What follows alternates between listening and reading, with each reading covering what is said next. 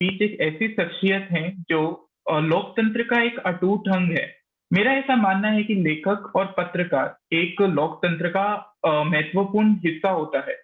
दर्शकों, प्रभाकर कुमार मिश्रा जी अ, गोपालगंज बिहार के रहने वाले हैं और इन्होंने मगध विश्वविद्यालय से कानून में स्नातक है और इलाहाबाद विश्वविद्यालय से राजनीति शास्त्र में प्रस्नातक हैं और दिल्ली यूनिवर्सिटी से पत्रकारिता में इन्होंने पढ़ाई की है। वर्तमान में ये न्यूज़ 24 के असिस्टेंट एडिटर हैं एंड इन्होंने अभी हाल ही में ही एक किताब लिखी है जिसका नाम है एक रुका फैसला, अयोध्या विवाद के आखिरी 40 दिन। मैं ट्रुथ विंगर परिवार की ओर से आपका स्वागत करता हूं एवं अभिनंदन करता हूं। Thank you. Thank you. मेरी आवाज आ रही है?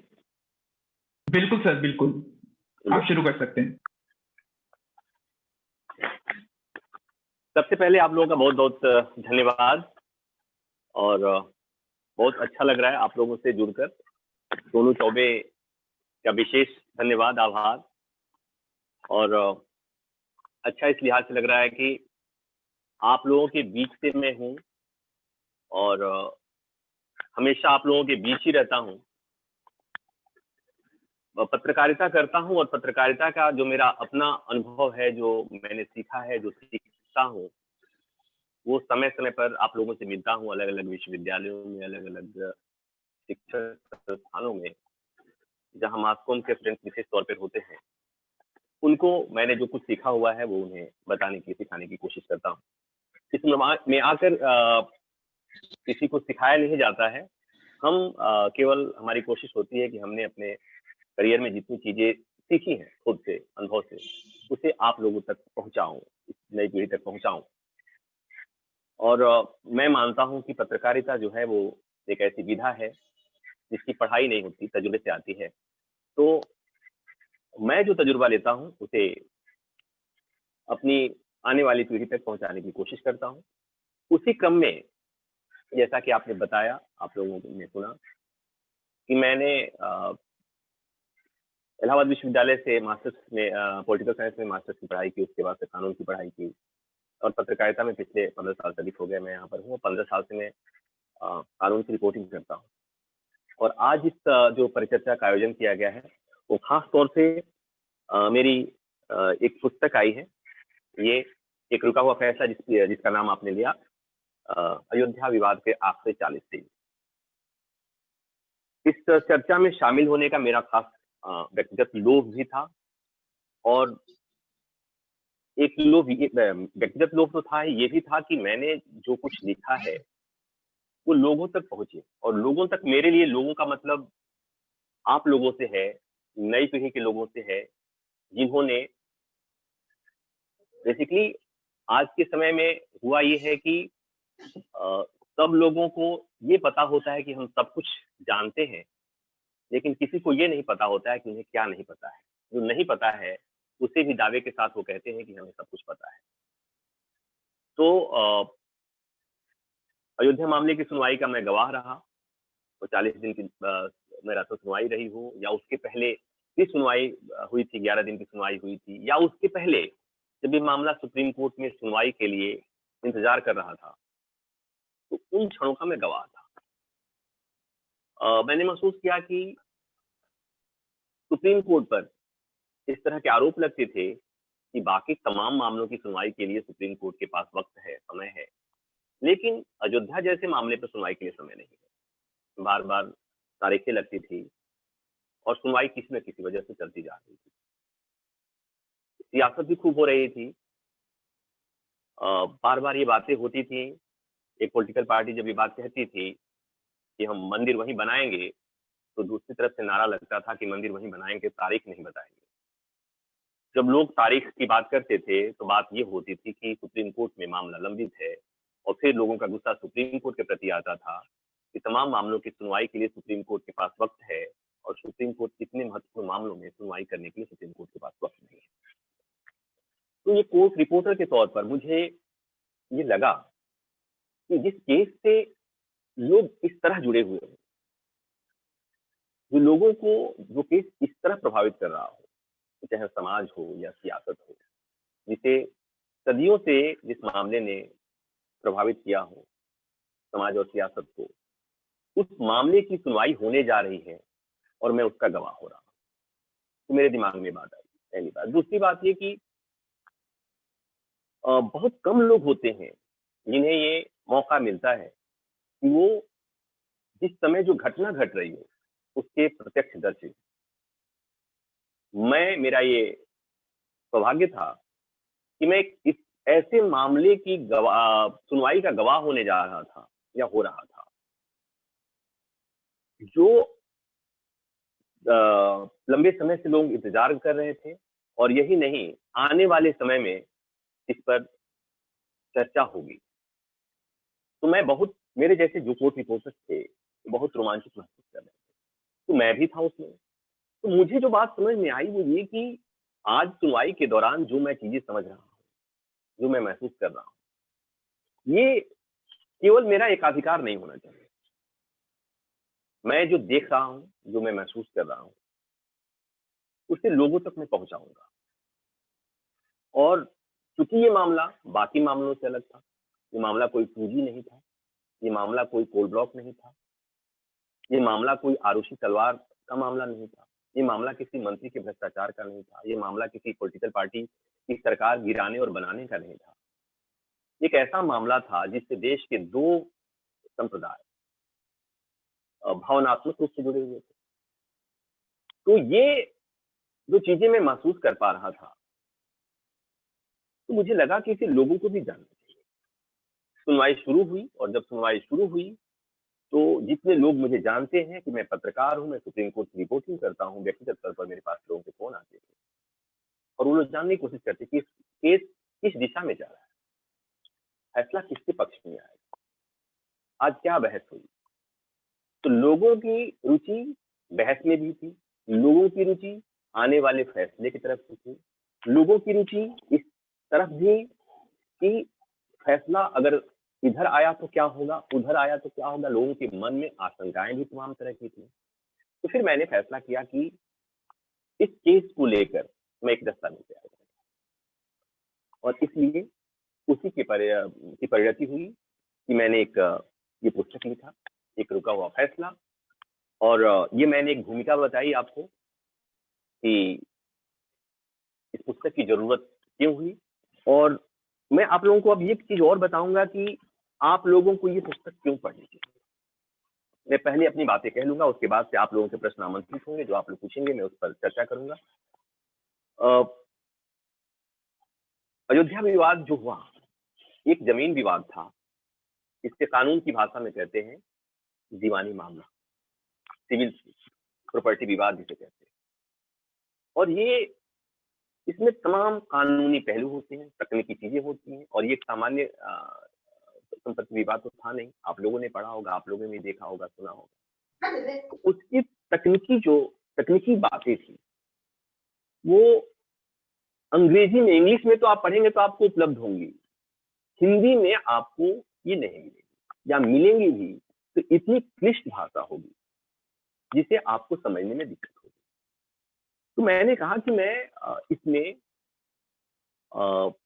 इस एक जो मेरी पुस्तक होगी वो उसे ऐसी भाषा में, ऐसे शब्दों का इस्तेमाल करूं, और उसे इस जटिल कानूनी प्रावधानों को सामान्य भाषा में समझाऊं, ताकि प्रत्येक आदमी, चाहे वो कानून का स्टूडेंट हो, हालांकि कानून के स्टूडेंट्स के लिए ये तकनीकी भाषा उनके लिए ज्यादा आसान होती है, लेकिन जो हमारे जैसे लोग हैं, आप जैसे लोग हैं, सामान्य जनमानस, जिसे सिविल सूट के बारे में, जिसे सुप्रीम कोर्ट की प्रोसीडिंग, कानूनी तकनीकी प्रोसीडिंग के बारे में नहीं पता है, उसे मैं सामान्य भाषा में पहुंचाऊं, सामान्य शब्दों में पहुंचाऊं। दूसरी बात एक और चीज की, मेरा एक लोभ था कि देश की सबसे बड़ी अदालत की जो प्रोसीडिंग होती है उसे भी लोग समझे, लोग ये समझे कि कोई मामला सुप्रीम कोर्ट में जाता है तो कौन सी परिस्थितियां हैं जो सुनवाई को प्रभावित करती है, और क्या वाकई बाहर की परिस्थितियां सुप्रीम कोर्ट की सुनवाई को प्रभावित करती है, क्या सुप्रीम कोर्ट की सुनवाई बाहर की परिस्थितियों को प्रभावित करता है। ये तमाम बातें मैंने सोचा कि इस पुस्तक में केवल अयोध्या का मामला ही नहीं रहेगा। इस पुस्तक को पढ़ने के बाद आपको देश की सबसे बड़ी अदालत में काम करने की प्रणाली क्या होती है, क्या होता है सीनियर एडवोकेट, क्या होता है, केस की लिस्टिंग कैसे होती है, मुख्य न्यायाधीश बाकी जजों से अलग कैसा होता है उसे, तो ये चीजें मैंने समझाने की कोशिश की। सीनियर एडवोकेट क्या होता है, उसका डेजिग्नेशन क्यों ऐसा अलग होता है, क्यों केवल वरिष्ठता ही मापदंड नहीं होती, इसे समझाने की कोशिश की। तो ये चीजें सब इनमें समाहित करने की कोशिश किया। तो ये तो हो गई बात की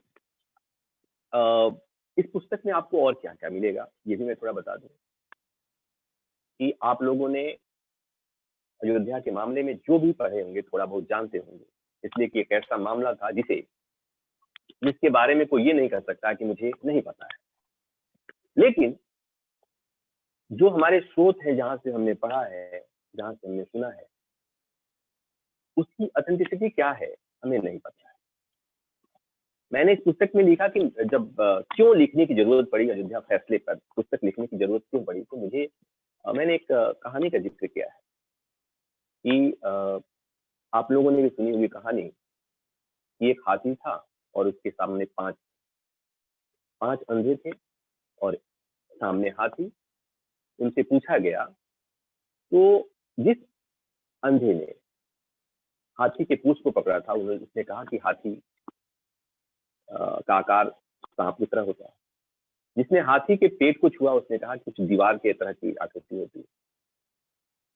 जिसने पांव को छुआ उसने कहा कि खंभे के आकार का है।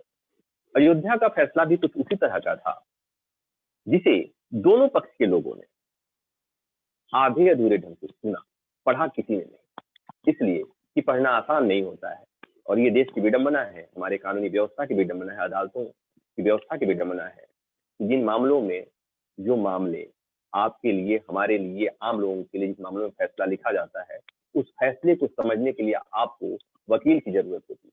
आप समझ नहीं पाते, हम समझ नहीं पाते। तो उस समय लोगों को, सब लोग दावा कर रहे थे कि सुप्रीम कोर्ट के फैसले को समझ रहे हैं, लेकिन सुप्रीम कोर्ट के फैसले को लेकर लोगों के मन में ढेर सारे सवाल थे और उन सवालों का जवाब देना चाहिए था, लेकिन मिलना चाहिए था, लेकिन मिला कहाँ, नहीं मिल रहा था, इसलिए कि सब लोग अपनी अपनी समझ के मुताबिक उसकी व्याख्या कर रहे थे। और फैसले की व्याख्या करने से आप फैसला जो होता है वो उसका सही रूप नहीं पहुंचता है, वो दूषित फैसला पहुंचता है। तो मैंने उस फैसले को एक समेकित रूप में, सर्वांगीण रूप में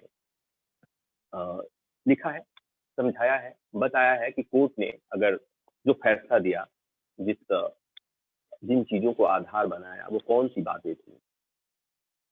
सी बातें थी जिसके चलते रामलला विराजमान को सुप्रीम कोर्ट ने अयोध्या भूमि विवाद की सारी भूमि दी, वो कौन से तथ्य थे जिसके आधार पर मुस्लिम पक्ष के दावे को खारिज किया, वो कौन से तथ्य थे जिसमें एक महत्वपूर्ण हिंदू पक्षकार निर्मोही अखाड़ा जो था, जिसे हाई कोर्ट ने 3 हिस्से में से 1 हिस्सा दिया था, सुप्रीम कोर्ट ने कहा कि नहीं, आपका हिस्सा नहीं बनता है। वो क्या मजबूरियां थी, सुप्रीम कोर्ट ने क्यों ये मानते हुए भी कि उस विवादित जमीन पर हिंदू पक्ष का अधिकार बनता है, क्यों मुस्लिम पक्ष को 5 एकड़ जमीन देने की जरूरत कोर्ट को क्यों महसूस हुई।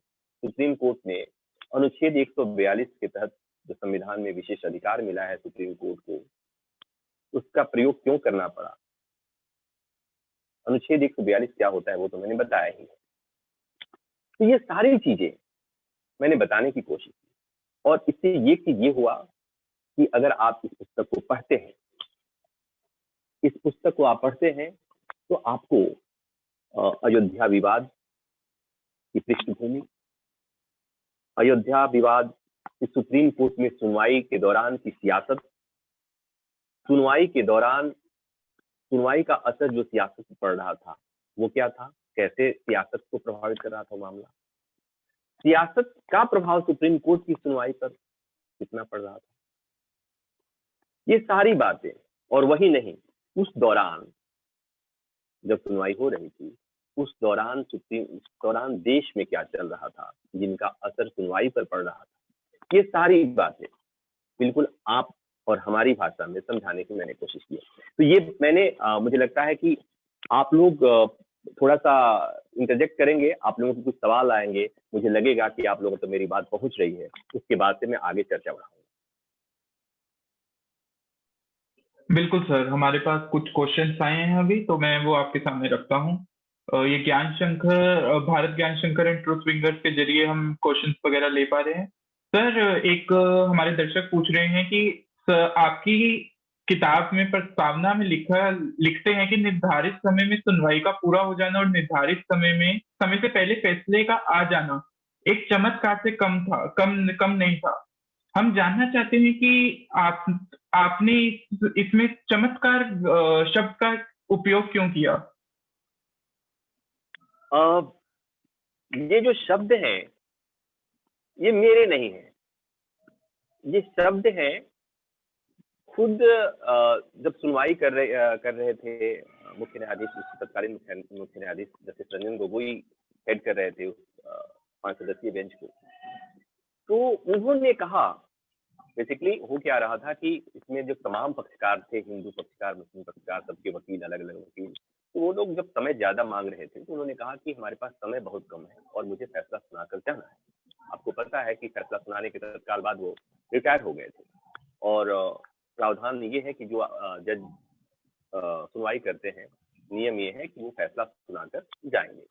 तो ये एक आशंका जताई जा रही थी कि कहीं ऐसा तो नहीं कि सुनवाई तो हो जाए, सुनवाई थोड़ी-सी अधूरी रह जाए, उसके बाद जस्टिस रंजन गोगोई रिटायर हो जाएँ और फैसला नहीं सुनाया जा सके। उसी पर जस्टिस रंजन गोगोई ने कहा था कि हमारे पास समय कम है और अगर हम निर्धारित समय में, मतलब उनका इशारा था कि रिटायरमेंट के पहले अगर मैं इसे सुनाकर फैसला चाहता हूँ तो किसी चमत्कार से कम नहीं होगा। इसकी वजह ये थी कि सुनवाई पूरी होने में 16 अक्टूबर को सुनवाई पूरी हुई थी, 9 नवंबर को फैसला आया था। 1 महीना से भी कम समय के अंदर फैसला आया था और जो मैंने देखा हुआ है सुप्रीम कोर्ट में जब इतनी लंबी सुनवाई होती है, आप समझें कि ये देश के सबसे लंबे मुकदमों में सबसे लंबी सुनवाई के मुकदमों में से एक शामिल है ये। तो उसमें सुनवाई के जितने आर्गुमेंट्स होते हैं, उनको लिपिबद्ध करना पड़ता है, उसको लिखना पड़ता है। उसमें जजों को समय अधिक लगता है।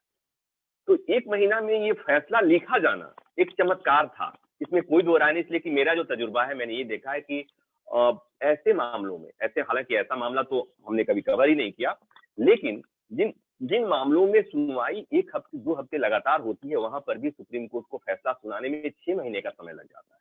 तो ये एक ऐसा मामला था जहाँ पर इतनी लंबी सुनवाई चली थी और फैसला जो आया, 1 महीने के भीतर आ गया था। तो उसी में उन्होंने कहा था, जस्टिस गोगोई ने कहा था कि ये अगर निर्धारित समय का उनका इशारा था, उनके रिटायरमेंट के पहले अगर वो फैसला सुना के जाते हैं तो किसी चमत्कार से कम नहीं हुआ। और मैं समझता हूँ कि जिस तरह की स्थितियाँ बन रही थी उसमें ये वाक़ई चमत्कार ही हुआ था। धन्यवाद सर। सर, एक और क्वेश्चन है जो निरंतर लोग पूछ रहे हैं कि आपको कोई दिक्कतें आई किताब लिखते हुए, आपको रिसर्च में, या किसी भी मतलब आपका ये सफर कैसा रहा किताब लिखने में? आप अगर हमारे दर्शकों के साथ अपना एक्सपीरियंस साझा कर सकें तो। हाँ।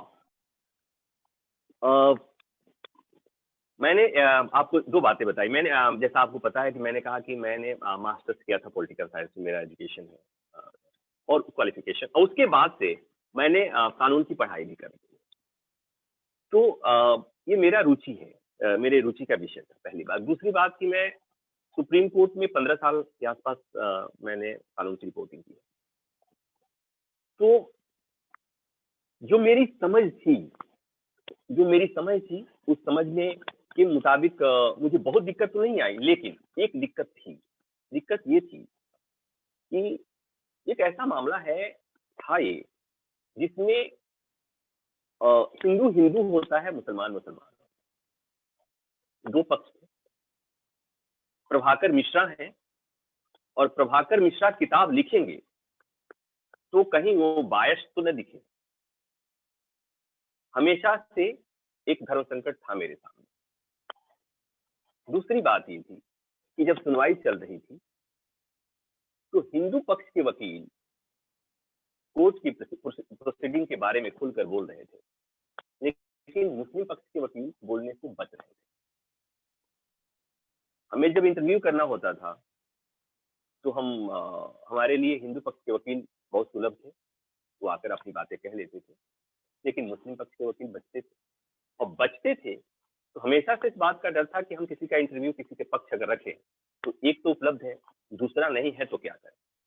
तो वहां उन जगहों पर निश्चित तौर पर दिक्कत होती थी, और वहां पर हम अपनी तरफ से मुस्लिम पक्ष के वकील के ये शब्दों को कोर्ट के दौरान जो हमने सुना था, जो हमने सीखा था, जो हमने जाना था, उसे हम लोगों के सामने लाने की कोशिश करते थे। और कहीं भी हमेशा ये भय रहता था कि कहीं पुस्तक में इस तरह की चीज न जाए, मैसेज नहीं जाए कि प्रभाकर मिश्रा है तो कहीं मंदिर के पक्ष में तो बातें नहीं कर रहे हैं। तो ये एक दिक्कत निश्चित तौर पर थी। और दूसरी बात एक और समझिए कि सुप्रीम कोर्ट का जब फैसला आया तो एक ऐसा मामला था जहां पर फैसला सुनाने से पहले सुप्रीम कोर्ट ने उत्तर प्रदेश के डीजीपी को और होम सेक्रेटरी को, गृह सचिव को बुलाया था। ऐसा होता नहीं है, मैंने नहीं देखा कि किसी मामले में सुप्रीम कोर्ट को फैसला सुनाना हो और वहां पर उसमें फैसला सुनाने से पहले क्या सुरक्षा है, क्या तैयारियां हैं, उसका जायजा लेने के लिए इस तरह से अधिकारी को बुलाया जाए। और दूसरी बात, जिस दिन फैसला सुनाया जा रहा था उस दिन एक अलग तरह का दबाव था। वो ये दबाव था कि प्रधानमंत्री का अलग से संबोधन आ रहा था। देश जो समाज के जिम्मेदार लोग थे वो अपने अपने संबोधनों में कह रहे थे कि फैसला चाहे जो भी होगा हमें स्वीकार होगा। तो हम इस दबाव को खुद महसूस कर रहे थे कि हमारी रिपोर्टिंग में किसी तरह की ऐसी बात ना आए जिससे कि हम कहीं वो हो। और दूसरी बात, तो वो दबाव जब हम पुस्तक लिख रहे थे तो वो भी था कि हमारे पुस्तक में कोई ऐसी बात नहीं आए जिससे किसी की भावना आहत हो। तो हमने कोशिश यही किया कि सुप्रीम कोर्ट ने जो बातें कही, मैंने अपनी पुस्तक में लिखा कि मेरे लिए अयोध्या का फैसला एक फैसला से अधिक समाधान था। तो मैंने इसलिए लिखा कि अदालती लड़ाई में, मैंने ये भी लिखा है अपनी पुस्तक में कि अदालती लड़ाई में किसी एक आदमी की एक ही पक्ष की जीत होती है और दूसरे की हार होती है, और जिसकी हार होती है उसे वो हार चूकती है।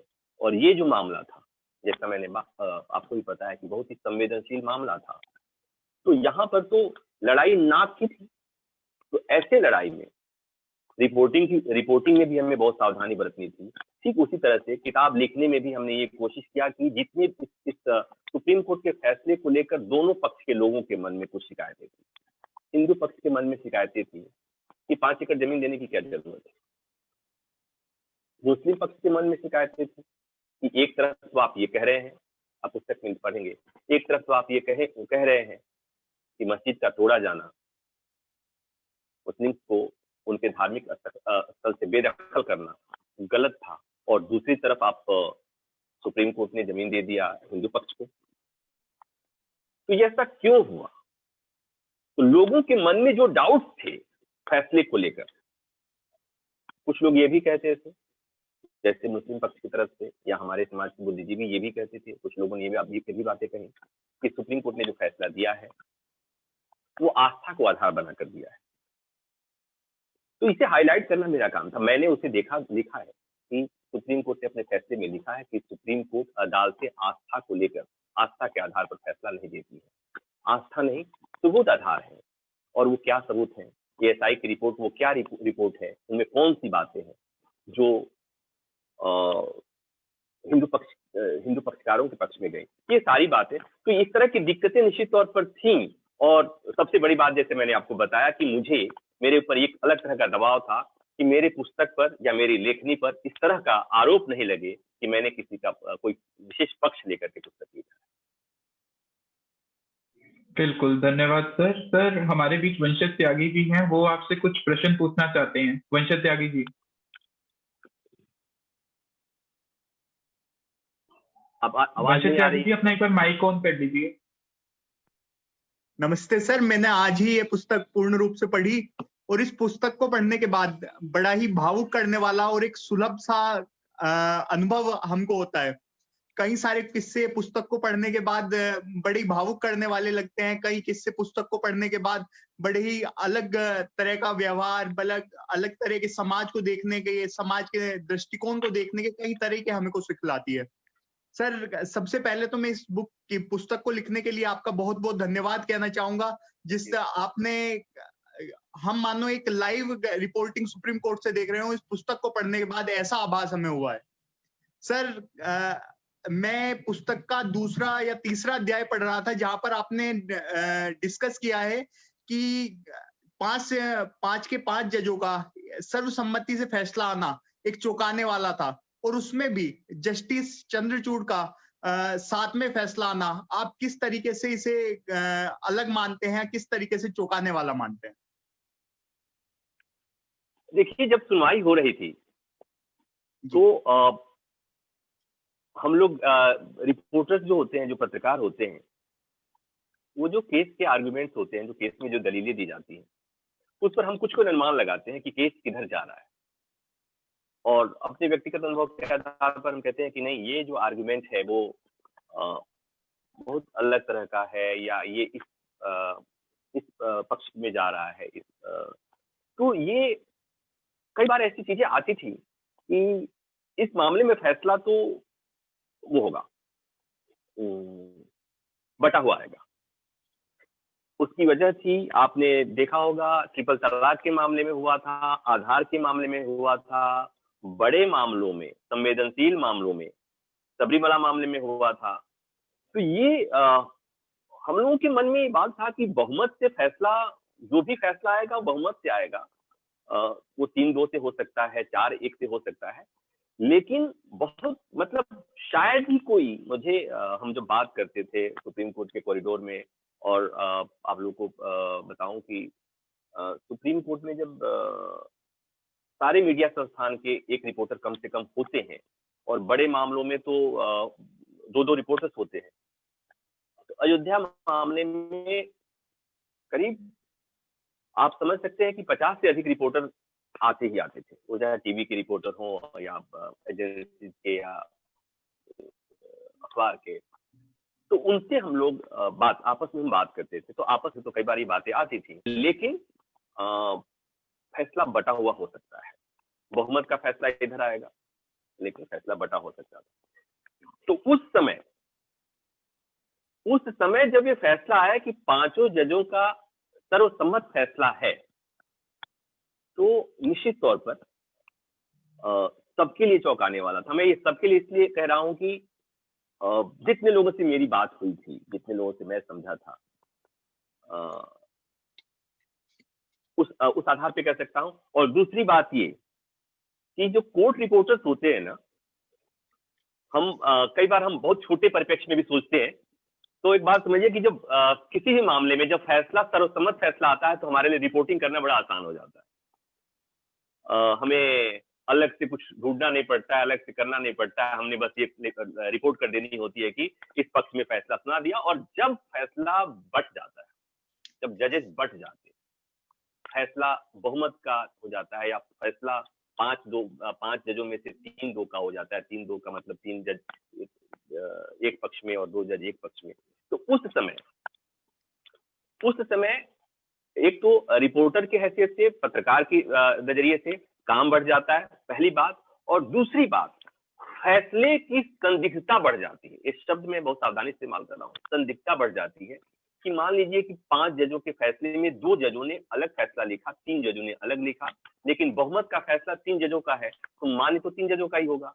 लेकिन जो हारने वाला पक्ष है, वो क्या कहेगा? वो ये कहेगा कि 2 जजों ने तो ये बात कही थी।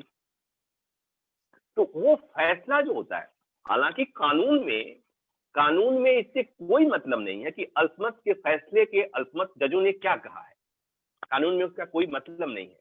लेकिन व्यवहार में और नजरिए से देखा जाए तो उस पर चर्चा होने लगती है कि बाकी 2 जजों ने तो इस तरह की बातें कही थी।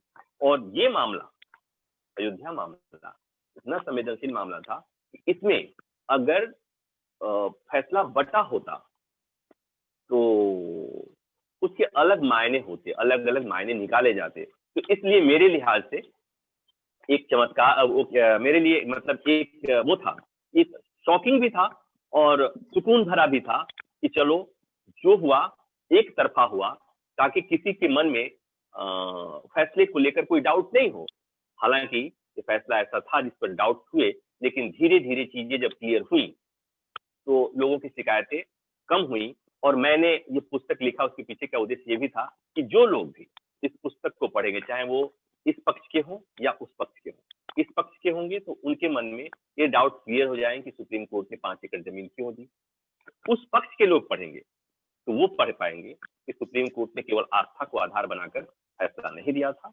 दरअसल सुप्रीम कोर्ट ने बहुत कोशिश की थी और उसके सामने बहुत ही साबित करने की कोशिश हुई थी कि वो जमीन मुस्लिम पक्ष की थी, लेकिन वो साबित नहीं कर पाए थे। वो क्या वजह थी, वो सारी चीजें मैंने एएसआई की रिपोर्ट की, वो कौन सी चीजें थी जिसकी सुप्रीम कोर्ट ने रेखांकित किया है, जिसे अपने फैसले का आधार बनाया है, या कोर्ट ने अगर अपने फैसले में लिखा है कि हम अदालतें आस्था को आधार बनाकर फैसला नहीं देती, सबूतों के आधार पर हमने फैसला दिया है, तो वो कौन से सबूत है। उन सारी बातों को मैंने रेखांकित किया है ताकि आप जब पढ़े तो आपके मन में फैसले को लेकर कोई डाउट नहीं है। सर, आपने अपनी पुस्तक में पूर्व प्रधानमंत्री पीवी नरसिम्हा राव का भी जिक्र किया है, तथा आपने पुस्तक में कहा है कि अयोध्या विवाद की जड़ें मुझे अंग्रेजी समय से पूर्व की लगती हैं, और आपने उसे दोहराया भी है कि अंग्रेजों ने भी अपने स्तर पर कई बार इस मामले को सोल्व करने की कोशिश की। सर, क्या आप हमारे दर्शकों को ये समझा सकते हैं ये किस प्रकार था और अंग्रेजों ने किस प्रकार इसमें इन्वॉल्व होने की कोशिश की? देखिए, इस पुस्तक में वो बातें हैं और आप पढ़ेंगे तो विस्तार भी मिलेगा, लेकिन एक बात समझिए कि देश में जब अयोध्या विवाद, अयोध्या मामला, राम मंदिर की जब चर्चा होती है तो सामान्य जनमानस यही समझता है कि ये आंदोलन बीएचपी का था, लड़ाई उन्होंने लड़ी, विजय उनको हुई। लेकिन ये जानना बहुत दिलचस्प है कि नरसिम्हा राव के दौरान उस विवादित परिसर का ताला खुला था, उसी समय से चीजें बदलनी शुरू हुई। दूसरा, आपको उसमें ये भी चीजें मिलेंगी कि किस तरह से रामलला को पक्षकार बनाया गया। अगर उन्हें पक्षकार नहीं बनाया गया होता तो ये फैसला क्या इसी तरह का आता? मैंने लिखा है, एक फैसला बदल वाले सकता केस का सर आपने जिक्र किया है। यस। और अगर रामलला को पक्षकार बनाया गया तो बहुत कम लोगों को पता है कि उसके पीछे कांग्रेस का दिमाग था। बूटा सिंह की महत्वपूर्ण भूमिका थी। तत्कालीन राजीव गांधी सरकार में बूटा सिंह गृह मंत्री थे और किस तरह से बूटा सिंह ने शीला दीक्षित के सहारे मैसेज भेजा था बीएसपी प्रमुख को उस समय, और किस तरह से वो भूमिका बनाई गई। तो ये बड़ी रोचक से पहलू है। और मैं आपको बताऊं कि ये पुस्तक में मेरा जो काम है, जो मैंने जो देखा है, महसूस किया, वो 60% के आसपास तो मैं फर्स्ट पर्सन हूँ जिसे मैंने महसूस किया है, देखा है, सुना है। बाकी 40% चीजें मैंने पढ़ी हैं और रिसर्च किया है। तो उसको मुझे जब मैं खुद पढ़ रहा था, जब रिसर्च के दौरान मुझे चौंकाने वाली चीजें लगी। ये जब हम लोग ये बात कहते थे, जब सुनवाई चल रही थी सुप्रीम कोर्ट में, तो ये बातें हो रही थी कि कांग्रेस पार्टी है वो राम मंदिर विरोधी है। तो उस समय हंसी भी आ रही थी कि बताओ, जिस पार्टी ने इस आंदोलन, इस राम मंदिर के कानूनी लड़ाई में इतनी महत्वपूर्ण भूमिका निभाई हो, उसे इस तरह से निगेट कर देना, इस तरह से उसे नकार देना, कितना उस पार्टी के साथ अन्याय है। तो ये पक्ष भी लोगों के सामने आना चाहिए। आप एक बात और समझिए कि आप में से मैं हो सकता हूं या आप हो सकते हैं, हम किसी पार्टी के प्रशंसक हो सकते हैं, हम किसी पार्टी के खिलाफ हो सकते हैं, लेकिन जब तथ्य जो होते हैं वो तथ्य होते हैं। आप जब किसी मसले पर बहस करें, आप जब ये बात करें, तो जब आप ये कहेंगे, इसलिए कि सामान्य जनमानस तो यही जानता है कि पूरी की पूरी लड़ाई बीएचपी की थी, कैसे भूमिका बनी आप सब ये जानते हैं। लेकिन जब आपको कोई आपके सामने ये कहे कि आप तो इतना जानते हैं, लेकिन शायद आपको नहीं पता है कि कांग्रेस की भूमिका थी, तो आपको चूंकि नहीं पता है इसलिए आप लड़ जाएंगे, उससे अड़ जाएंगे कि क्या बात करते हो आप, तो बिन कांग्रेसी आप इस तरह की बात करते हैं। लेकिन तथ्य जो है सो तथ्य है, उस तथ्य को मैंने उसमें संदर्भ सहित बताने की कोशिश की है। और वो सारी चीजें कि कहाँ आजकल एक और दिक्कत है कि आप लोग आपको बताते तो हैं, लेकिन वो कहाँ से बताते हैं और उसकी कितनी विश्वसनीयता है वो आपको नहीं पता चलती है, आपको भरोसा नहीं होता है। तो इसलिए मैंने इस पे आपको रेफरेंसेस दिया हुआ है कि अगर आपको कोई डाउट होता है कि मैंने ये बात लिखी है तो कहाँ से लिखी है, या मतलब हो सकता है कि मैंने कहीं गलत लिखा हो। तो पहली तो बात है कि पुस्तक में जब कोई चीज पब्लिश होती है तो वो पब्लिशर की और लेखक की जिम्मेवारी बनती है कि गलत फैक्ट नहीं डालेंगे। दूसरी बात ये कि लेखक ये को भरोसा दिलाने के लिए कि हमने जो लिखा है सही लिखा है, तो उसके लिए हमने वो अपने रिसर्च के उस रेफरेंस को हम प्लेस करते हैं कि आपको इससे संबंधित और जानकारी पढ़नी है और डिटेल में जाना है तो आप इसे फला जगह पढ़ सकते हैं, आपको रेफरेंस में आपको चीजें। तो मैंने बाकायदे उसका एक अलग से वो बना रखा है जिसमें आपको तमाम रेफरेंसेस मिल जाएंगे जहां पर और विस्तार से आप पढ़ सकेंगे। सर, जब एक पाठक के रूप में मैं इस पुस्तक को पढ़ता हूं, जैसे मैंने शुरुआत में भी कहा कि कई मुद्दे भावुक करने वाले होते हैं, ऐसा ही एक मुद्दा था परमहंस रामचंद्र और हाशिम अंसारी की दोस्ती को लेकर आपने जो कहा कि ये दोनों मुख्य जो कोर्ट में मुकदमा लड़ रहे थे, यही दोनों लोग लड़ रहे थे, परंतु जब ये लोग आपस में बाहर जाते थे या बाहर बैठते थे, साथ बैठते थे, साथ ताश खेला करते थे, साथ सुप्रीम कोर्ट में एक ही रिक्शा में बैठकर आया करते थे। तो ये दोस्ती ये भावुक करने वाली भी कहीं ना कहीं लगती है, और दोनों एक दूसरे का पूरा सम्मान भी किया करते थे। हाँ, नहीं सुप्रीम कोर्ट में नहीं रिक्शा से आते थे, लेकिन वहाँ के निचली अदालत में फैजाबाद कोर्ट में रिक्शा पे जाते थे दोनों साथ साथ में। तो ये तो ये जो किस्सा है ये हाँ तो ये किस्सा तो सर विदित है, लेकिन आप इस केस की चीजों को समझिए। और हम इसीलिए कहते हैं ना कि हमारा हिंदुस्तान एक अलग तरह के उससे फैब्रिक से बना हुआ है। एक तो आपने जिक्र किया बहुत अच्छा कि हाशिम अंसारी और रामचंद्र जी का परमहंस का जो दोस्ती थी वो मतलब पूरा मिसाल दिया जाता है। दोनों दो पक्षकार थे और इतने संवेदनशील मसले के पक्षकार थे, और दोनों एक साथ एक रिक्शे से जा रहे थे। आप सोचिए आज ऐसा मुमकिन है क्या? देखिए हमारा समाज कितना बदल गया है, आज आप नहीं सोच सकते।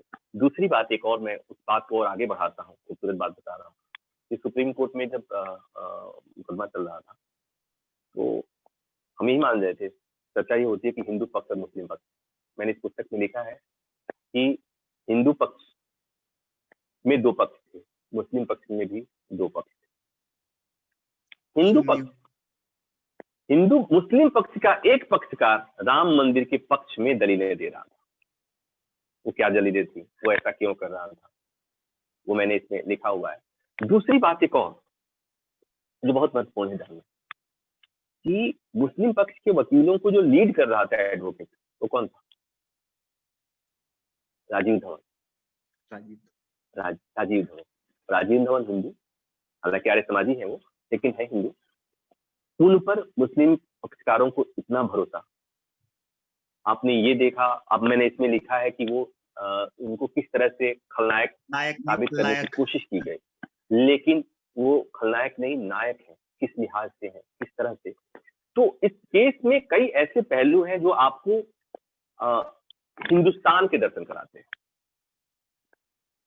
सांस्कृतिक विविधता के दर्शन कराते हैं। वो बताते हैं कि हिंदुस्तान क्यों हिंदुस्तान है।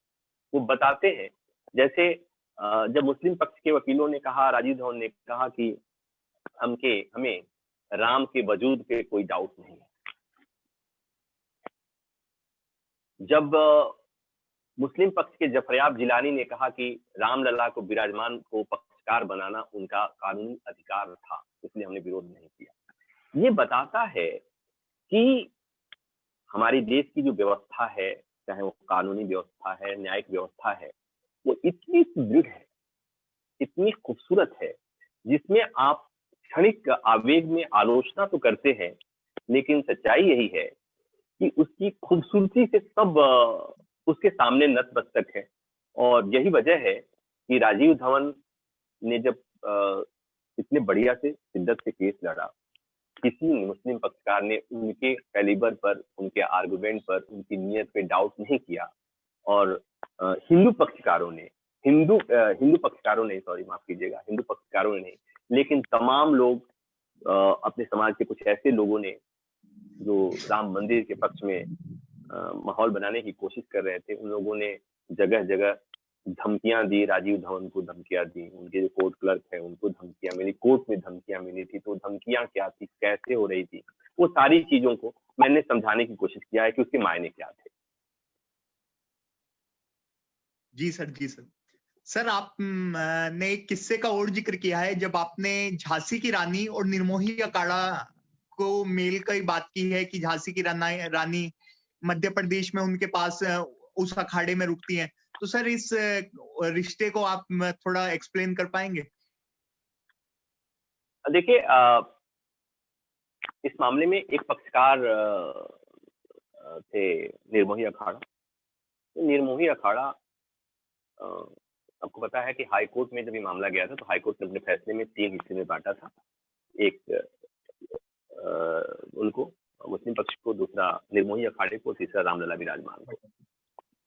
यहाँ जब मामला आया तो इनके दावे पर जब सवाल उठा तो ये अपना दावा साबित करने की कोशिश कर रहे थे, निर्मोही अखाड़े के वकील। तो उन्होंने कहा कि हमारा अखाड़ा बहुत पुराना है और हमारा संबंध जो है वो, हमारा अखाड़ा इतना पुराना है और हमने तो झांसी की रानी की मदद भी की है। तो ये बात आई गई और हो गई, मतलब आई गई हो गई, हमने झांसी की रानी की मदद की थी।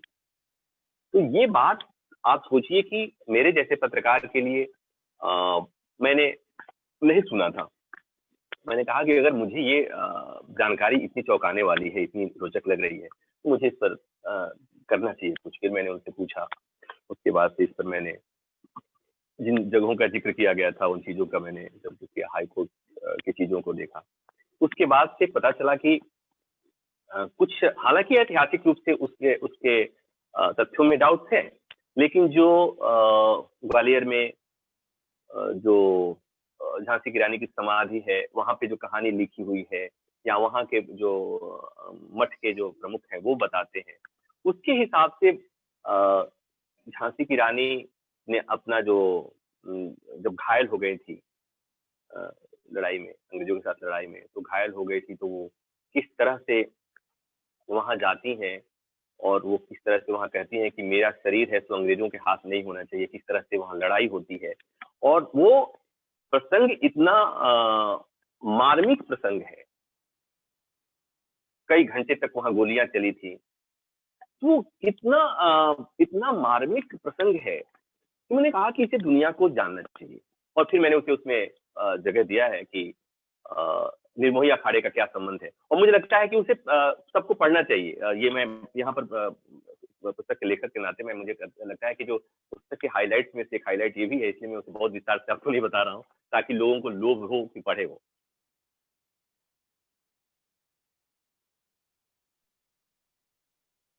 बिल्कुल सर, एक हमारे दर्शक पूछ रहे हैं कि आपका कोई ऐसा अनुभव रहा है जो इस सुनवाई के बीच में, जो आप किसी कारणों के कारण मतलब बुक में आप ना लिख पाए हो, ऐसा कोई अनुभव रहा हो आपका?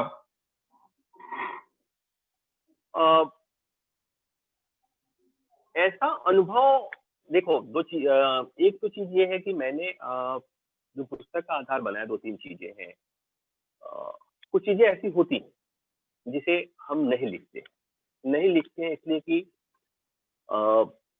हमारी एक जिम्मेवारी है पत्रकार होने के नाते कि आप सब कुछ नहीं बताएंगे, लेकिन वो एक जिम्मेवारी ये भी होती है कि जो चीज, कुछ अनावश्यक चीजें होती हैं, कुछ भड़काऊ चीजें होती हैं, उसे आदमी रिपोर्ट नहीं करता है, वो आपकी जिम्मेवारी होती है। तो कुछ बहुत छोटी मोटी ऐसी चीजें थी, लेकिन उस चीज को बताने और नहीं बताने से केस पर कोई बहुत असर नहीं पड़ने वाला था, लेकिन हाँ, सामाजिक वैमनस्यता जरूर बढ़ सकती थी। तो उससे आदमी एक तो वो नहीं किया। दूसरी बात ये कि जब आप पुस्तक लिखते हैं ना, तो पुस्तक के एडिटिंग में भी कुछ चीजें ऐसी होती हैं जहां पर आपको पता है कि ये चीज नहीं जानी चाहिए, या उसे हम लिखेंगे तो भी पब्लिशर उसे पब्लिश नहीं करेगा। तो वो थोड़ी बहुत चीजें हुई थी, लेकिन मैं ईमानदारी से के साथ कह सकता हूँ कि मैंने कोई चीज ऐसी कोई चीज नहीं छुपाई है, ऐसी चीज नहीं छुपी है जिसको लगता है कि पाठकों को जाननी चाहिए। वो मैंने सब परोसने की कोशिश की।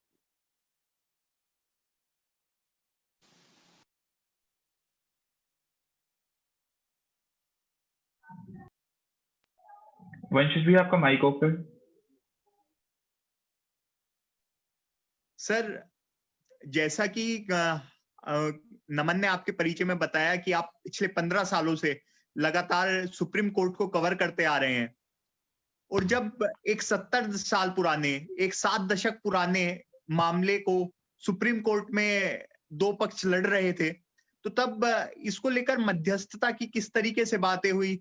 सुप्रीम कोर्ट ने क्या मध्यस्थता के द्वारा इस मुद्दे को सुलझाने की कोशिश की, और ये किस तरीके से हुआ, क्या हुआ सर, वो अगर आप बता पाए। देखिए, आपका ऑडियो बहुत क्लियर नहीं आ रहा था, लेकिन फिर भी आपका सवाल मेरे तक पहुंच गया है।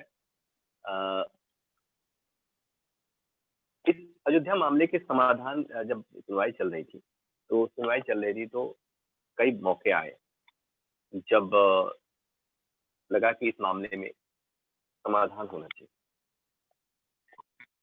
समाधान निकलना चाहिए। और इसके लिए एक बार सुनवाई जस्टिस केयर के समय मामला लगा था सुनवाई के लिए, तो उन्होंने भी कहा था कि इसमें कुछ समझौते की गुंजाइश हो सकती है, तो और इस तरह से करके मामला टल गया था। लेकिन दोबारा जब खुद जस्टिस गोगोई इस मामले की सुनवाई के लिए तैयार हुए, तो उन्होंने कहा कि सुनवाई चलती रहेगी और समझौते की कोशिश चलती रहेगी, इसलिए कि अदालत को भी इस बात मतलब वो था, एहसास था कि इस मामले में अगर बातचीत से कोई समाधान निकल जाए तो बेहतर हो। लेकिन जैसा मैंने कहा कि ये लड़ाई जो थी वो जमीन की कम, नाक की लड़ाई ज्यादा थी। तो ऐसे में कई बार ऐसा, हालांकि मैंने इसमें एक बाकायदे पूरा अध्याय लिखा हुआ है कि समझौते की कोशिशें कब कब हुई, और चाहे आजादी के पहले हुई या आजादी के बाद हुई, और कई बार समझौता होते होते रह गया था। आपने पहले भी सवाल पूछा था, बहुत हद तक अंग्रेजों के समय में भी 1857 के आसपास बातें समझौता तक पहुंची थी, लेकिन उसी समय सिपाही विद्रोह हो गया। उसी समय अंग्रेजों को लगा कि भाई अगर इनका बटा रहना ही ज्यादा बेहतर है, इसलिए कि लोग तो खुद परेशान, मतलब उस समय जब आजादी की लड़ाई शुरू हुई थी 1857 के विद्रोह में, तो उनको हर कोई मौका चाहिए था कि किसी तरह से भारतीय डिवाइड रहे। तो इसलिए उस समय जो प्रोसेस था, वो प्रोसेस रोक दिया गया था। तो किस तरह से माहौल बना था, क्या माहौल बना था, या आजादी के बाद से वाजपेयी जी के समय भी होता है, तो वो सारी चीजें एक मतलब किस तरह से समझौते की कोशिशें हुई। और सबसे रोचक बातें तो अभी हुई थी जब सुनवाई चल रही थी, जो फैसले के ठीक पहले, तो उस समय किस तरह से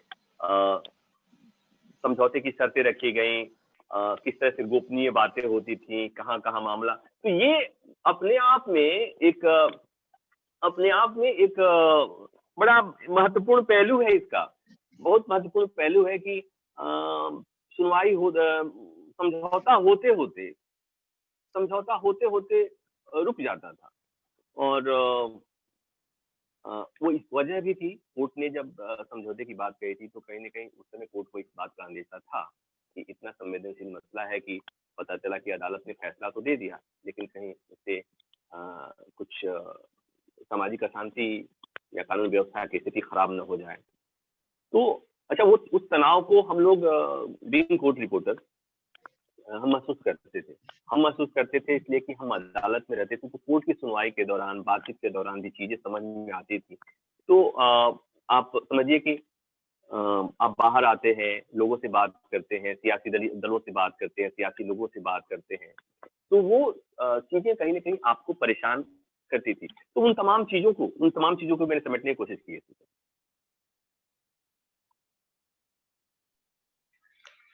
सर आप जी सर, धन्यवाद सर। वंशज, जी जी एक सवाल मेरा भी है। जी जी सर, आपने काफी ही एक तो अभी काफी अच्छा एक वो लिखा है, साथ में एक जिक्र किया है तुलसीदास हाजिर हो, और राम जद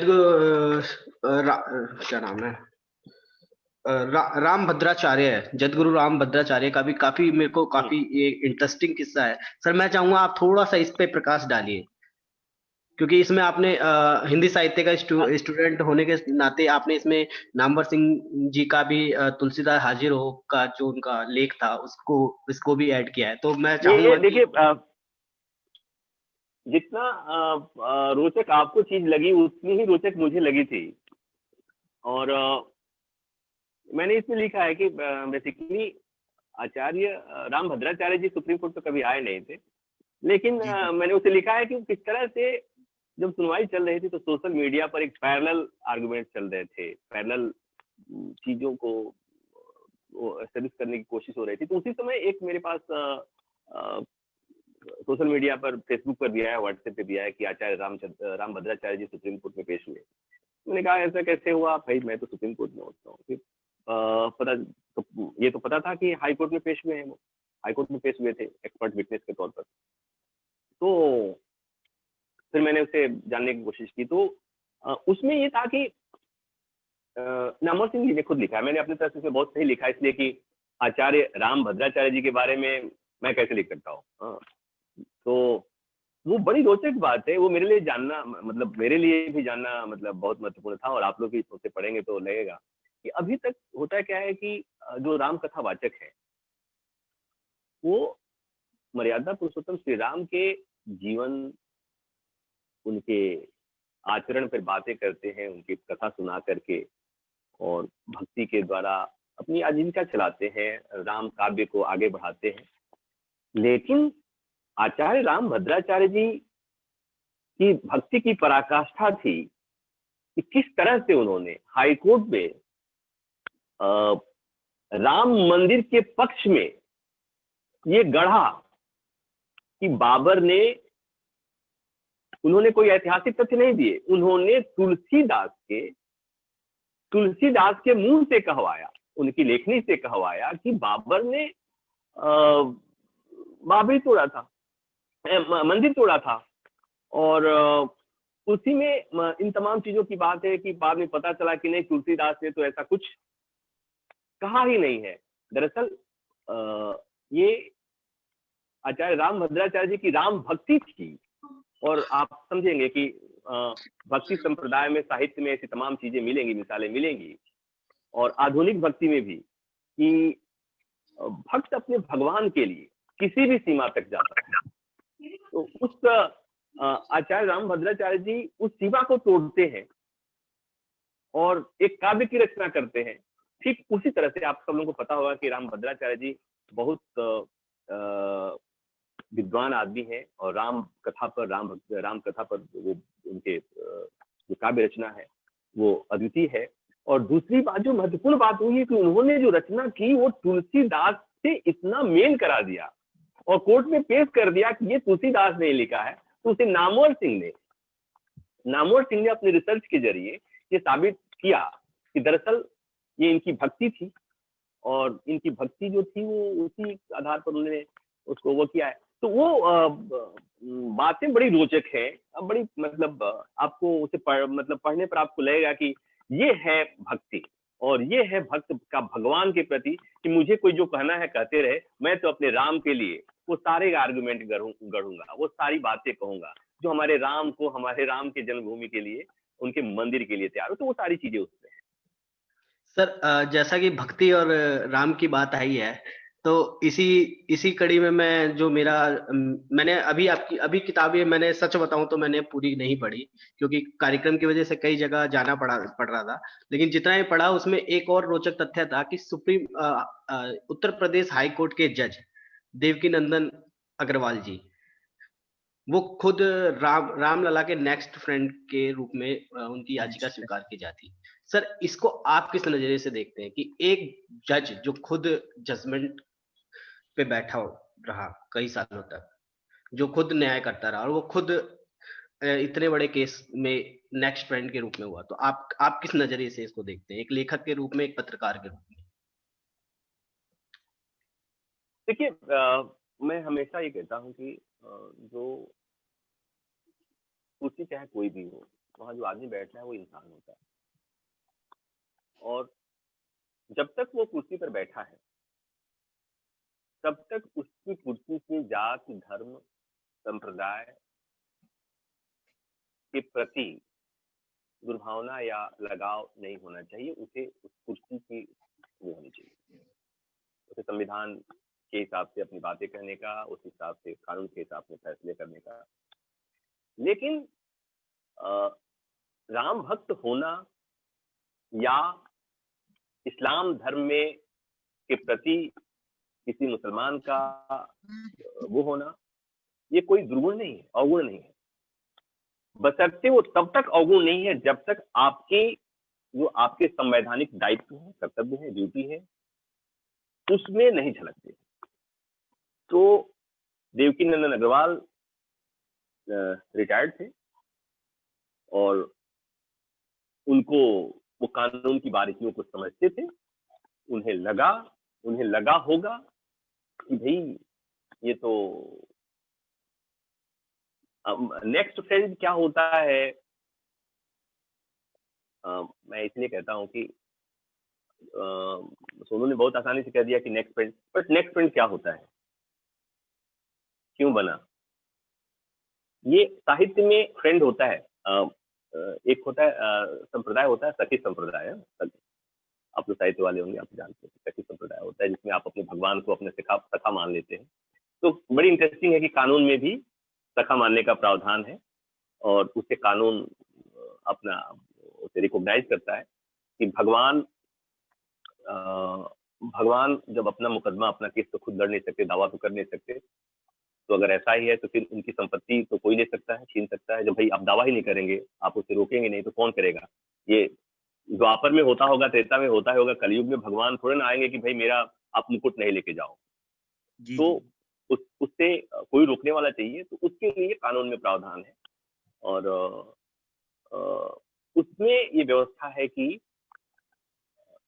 भगवान के नाम पर उनकी संपत्ति का, उनके अधिकारों को उनका नेक्स्ट फ्रेंड दावा कर सकता है। उसके आधार पर भगवान के बिहाफ पर वो केस कर सकता है, या भगवान को किसी मामले में पक्षकार बनाया जाता है तो भगवान को रिप्रेजेंट कर सकता है।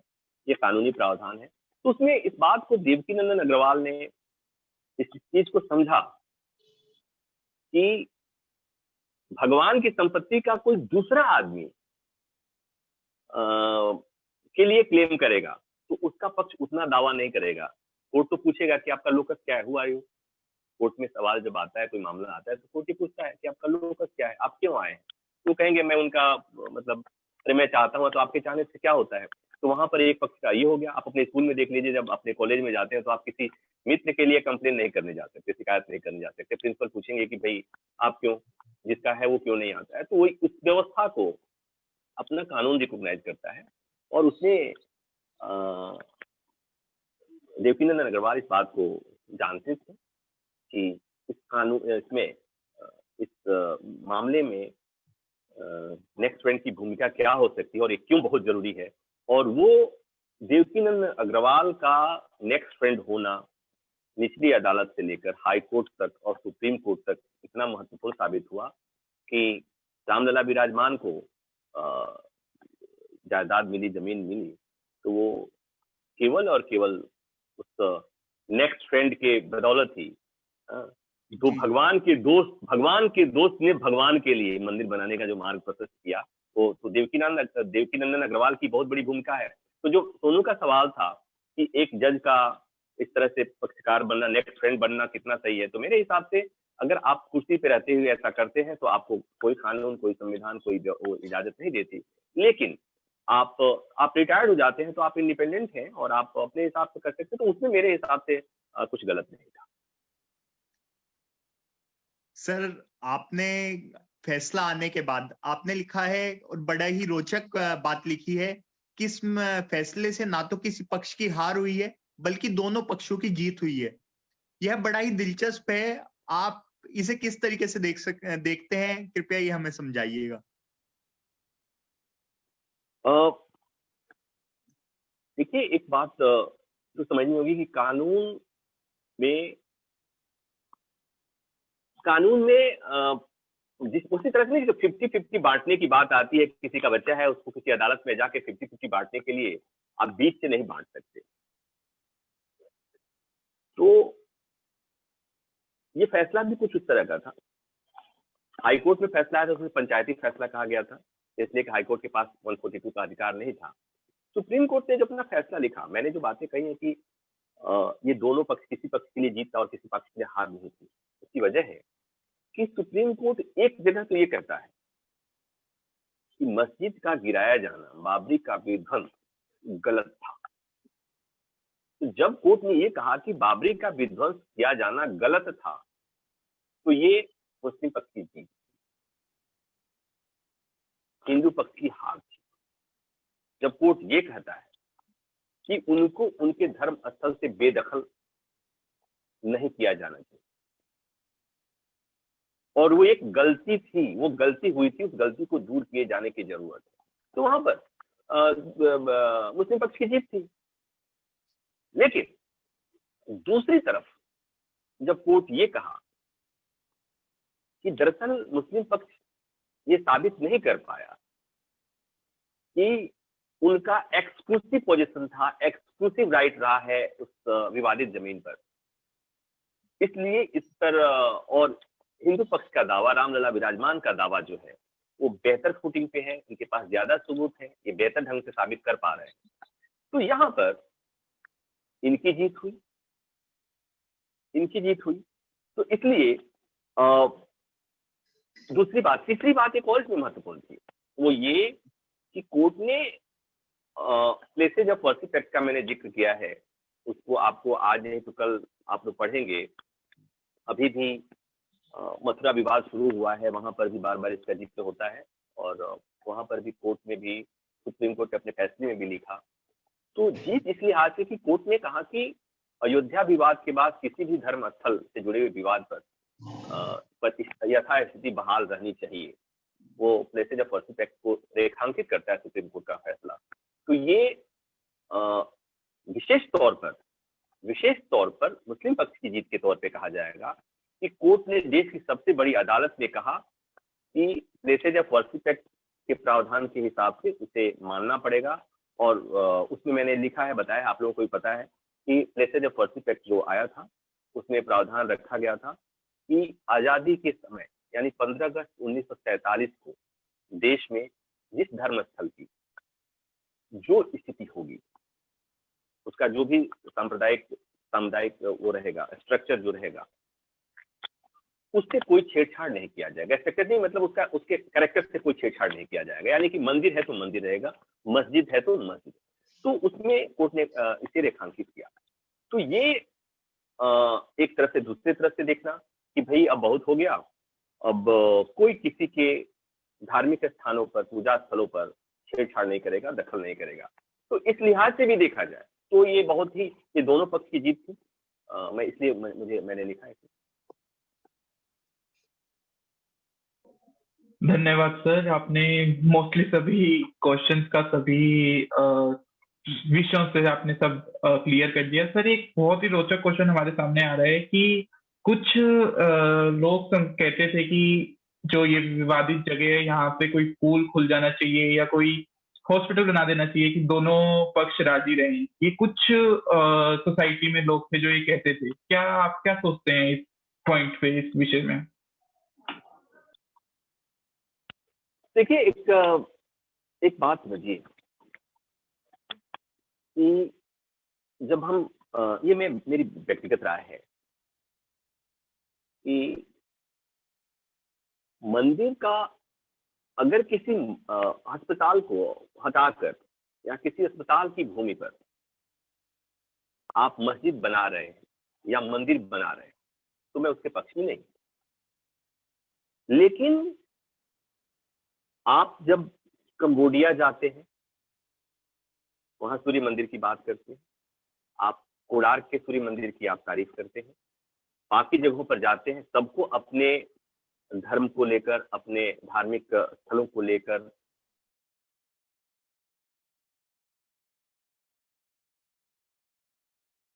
तो हिंदुस्तान की चर्चा होती है तो यहाँ के पौराणिक पुराणों यहाँ के पौराणिक जो साहित्य है उसकी चर्चा होती है।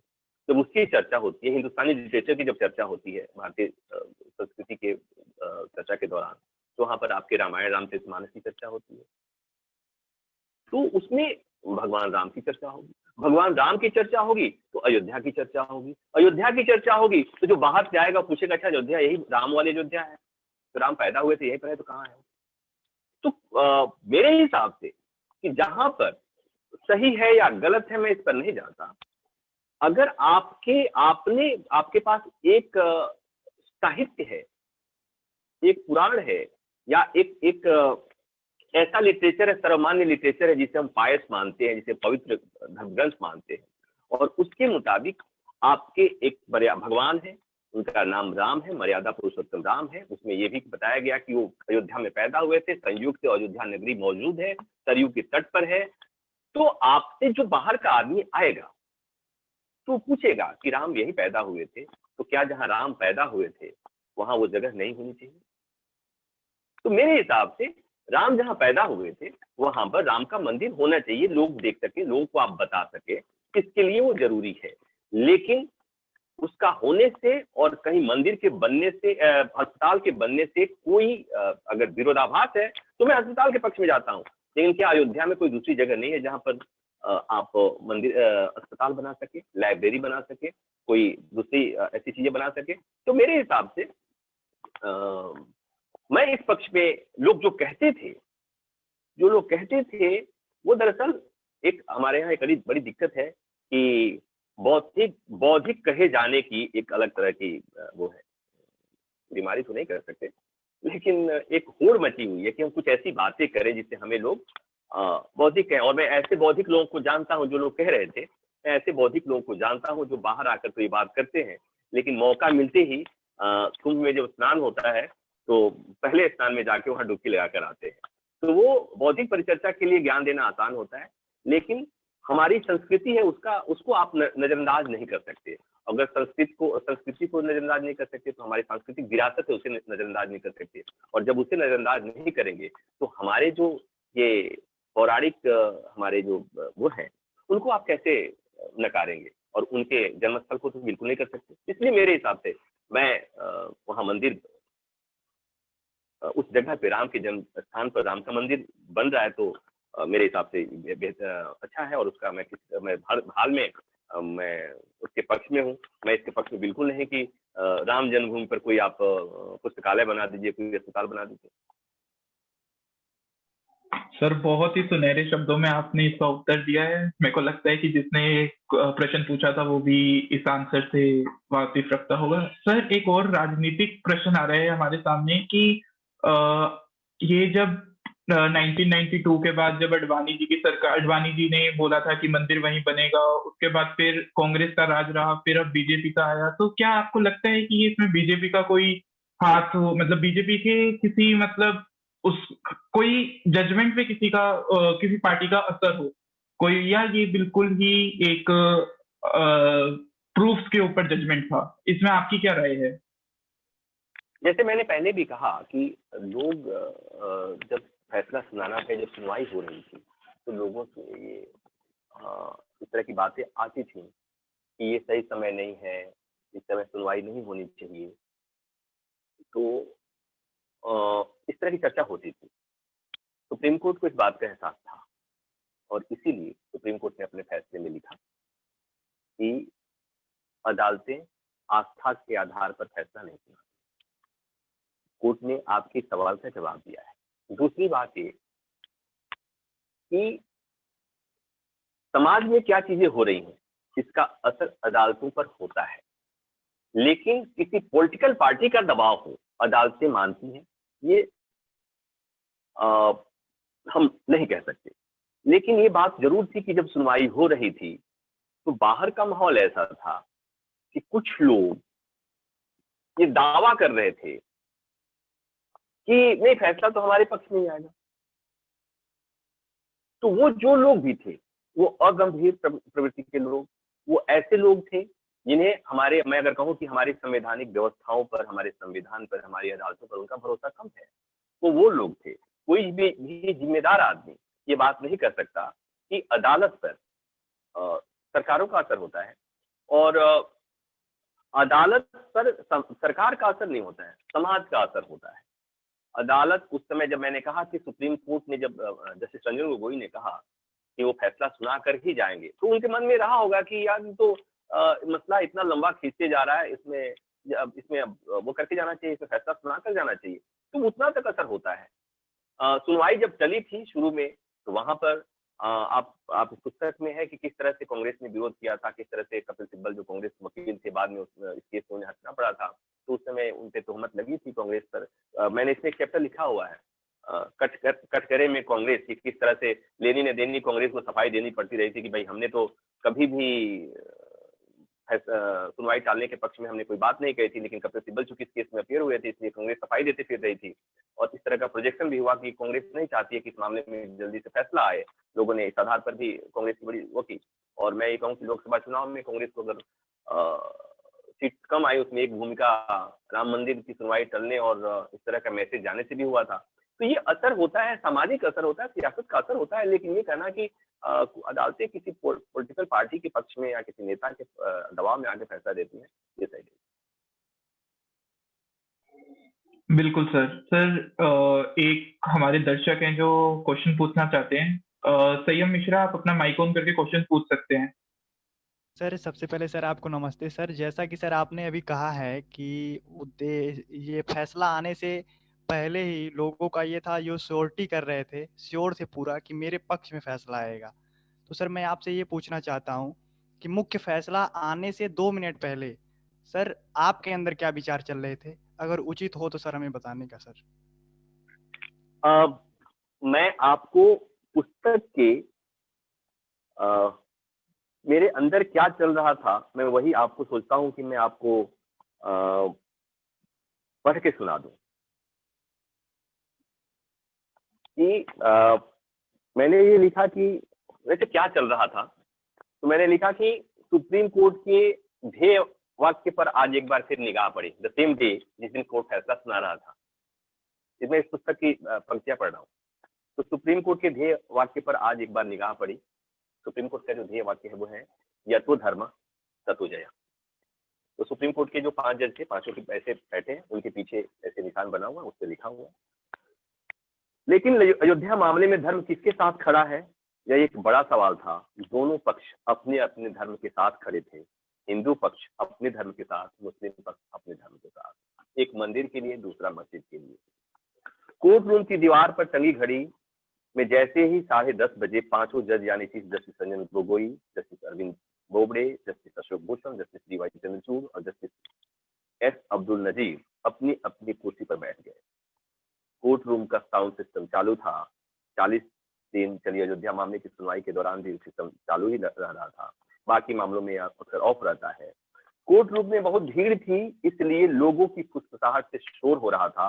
मुख्य न्यायाधीश रंजन गोगोई ने कोर्ट में शांति बनाने की अपील की।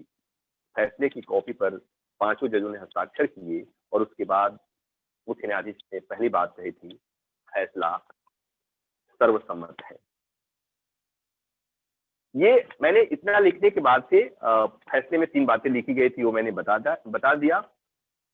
लेकिन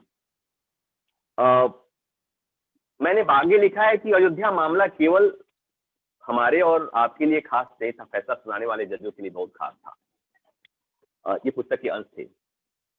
मेरे मन में यही चल रहा था कि मैं एक ऐसे फैसले का गवाह बनने जा रहा हूं जैसा फैसला या जैसा विवाद मेरे सामने अब कभी नहीं आएगा। इससे हम रोमांच कहते हैं। एक कोर्ट रिपोर्टर के तौर पर ये मैं मान रहा था कि फैसला चाहे जो भी आए, जो भी फैसला होगा ऐतिहासिक होगा। और मैं लोगों को बताऊंगा कि जब कोर्ट ने फैसला सुनाया था 9 नवंबर 2019 को, तो मैं उस फैसले का गवाह था। और ये ही होना मुझे बाकी मतलब मैंने जब कहा कि ये मैं रोमांचित था, आप लोग इसमें पढ़ेंगे किताब में तो मेरे एक अभी आप पे लाइव जाने से पहले एक मेरे पाठक का फोन आया मुझे, मैसेंजर से फोन था कि फैसले को पढ़ने के बाद मुझे लगा, पहला चैप्टर पढ़ने के बाद मुझे लगा कि मैं 9 नवंबर 2019 को कोर्ट रूम में हूँ, सुप्रीम कोर्ट से अंदर जाता हूँ और मैं कोर्ट रूम में हूँ और मैं उसमें कोर्ट की तमाम चीजों को महसूस कर रहा हूँ। तो आप उसे पढ़ेंगे तो आप समझ पाएंगे कि मैं क्या महसूस कर रहा था, और मैं दावा कर रहा हूँ कि आप जब पढ़ेंगे तो आप भी महसूस करेंगे कि आप कोर्ट रूम में हैं, 5 जजेज आपके सामने हैं, घड़ी की सुई टिक टिक कर रही है, वहां पर किस तरह से जो सन्नाटा है उस सन्नाटे में शोर है, और किस तरह से सब लोग एक दूसरे को देख रहे हैं और सब लोग बेचैन हैं कि फैसला क्या आने वाला है। और जब मैंने ये कहा कि जब फैसला कोर्ट ने सुनाया था तो जो आश्चर्य हुआ था, जो शॉकिंग था कि 5 जजों ने एक मत से फैसला सुनाया था, तो उस समय की तमाम चीजों को आप महसूस कर पाएंगे। मैंने कोशिश किया हुआ, एक शब्द से बांधने की कोशिश की है, इसलिए ये सवाल का जवाब आपको पूरी तरह जो जवाब मिलने वाली है वो पुस्तक में मिलेगी। बहुत बहुत धन्यवाद सर, आपने सभी प्रश्नों का उत्तर दिया और मेरे हिसाब से सभी दर्शकों के सभी जो भी क्वेश्चंस पूछते थे उनका आंसर मिले होंगे। तो मैं भारत ज्ञान शंकर और ट्रुथ विंगर्स की टीम की ओर से बहुत बहुत धन्यवाद करना चाहता हूँ कि आपने अपना कीमती समय निकाल कर हमें अवगत करवाया अपनी किताब के बारे में, और आपने हमारे को कई विषयों के बारे में क्लियरेंस दी कि क्या असली मामला था। तो बहुत बहुत धन्यवाद आपका सर। आप लोगों का भी बहुत बहुत धन्यवाद। आप लोगों से जुड़कर अच्छा लगा, और बहुत दिन बाद पुस्तक लिखने के बाद एक बार लगता है कि हमारा काम पूरा हो गया। लेकिन अब मुझे समझ में आ रहा है कि जब आपसे मैं चर्चा कर रहा हूँ तो मैं उस साल 1.5 साल पहले के उस पूरे उसमें चला गया था, और अचानक से मैं सारी चीजों को रिकॉल करके मैं फिर महसूस कर रहा हूँ कि मैं एक ऐसे फैसले का हिस्सा रहा जिससे मैं खुद पे गर्व कर सकता हूँ। और मैं चाहूंगा कि आप लोग इस पुस्तक को पढ़ें, और आप सभी लोगों से अनुरोध है कि आप लोग जब पढ़ें, जो भी पढ़ें, जैसे भी पढ़ें, तो आप लोगों की प्रतिक्रिया का मुझे इंतजार रहेगा। मेरी पहली पुस्तक है, और ये पुस्तक मैंने आप लोगों को ध्यान में रखकर लिखा है। आप लोगों को ध्यान में रखकर इसलिए लिखा है कि ये पीढ़ी जो बताएगी, ये पीढ़ी जो है उसी की आने वाला समय आप ही लोगों का है। तो आप जो समझेंगे, बेहतर समझेंगे तो बेहतर बताए। मेरी जो जिम्मेवारी थी मैंने अपनी जिम्मेवारी निभाई है, और अब आपकी बारी है, आप भी अपनी जिम्मेवारी निभाएं। Thank you. धन्यवाद बहुत सर। शुक्रिया सर। मैं आपका खास तौर पे शुक्रिया करूंगा कि मेरे एक फोन कॉल पे आपने हमारा निमंत्रण स्वीकार किया, और जितने भी हमारे साथ जुड़े हुए छात्र छात्राएं थे उनको खास तौर पे आपकी किताब राम मंदिर विवाद, क्योंकि हम लोग इसे सुनते हुए बड़े हुए हैं, हमने होश संभाला तो कहीं ना कहीं ये विवाद बहुत चरम पे था, तो इस पे काफी अच्छा हमें सुनने को मिला। और आपकी किताब के लिए सर एक बार बहुत बहुत शुभकामनाएं आपको फिर से। आप सबों को भी बहुत बहुत शुभकामनाएं। और सोनू क्या बोलते हैं, आपका विशेष आभार मेरे तरफ से भी और बाकी आपके मित्रों की तरफ से भी कि इस चर्चा में मैं जुड़ा और आपके तमाम मित्र जुड़े हैं, और मुझे लगा कि मैं आप लोगों से मेरा संपर्क बना रहेगा। कभी भी मेरा नंबर आप लोग सोनू से ले सकते हैं, और कभी भी कोई किसी तरह की पत्रकारिता से जुड़े हुए किसी मसले पर बात करनी हो, कोई चीज को समझनी हो, कभी कोर्ट से जुड़े कुछ मसले पर बात करनी हो, तो आप लोग कभी भी मुझे बेझिझक फोन कर सकते हैं। अगर मैं फोन नहीं उठाता हूं तो आप मुझे व्हाट्सएप करें, मैं उपलब्ध रहूंगा आप लोगों की किसी भी शंका समाधान के लिए। ठीक है, तो बस धन्यवाद, शुभकामनाओं के साथ।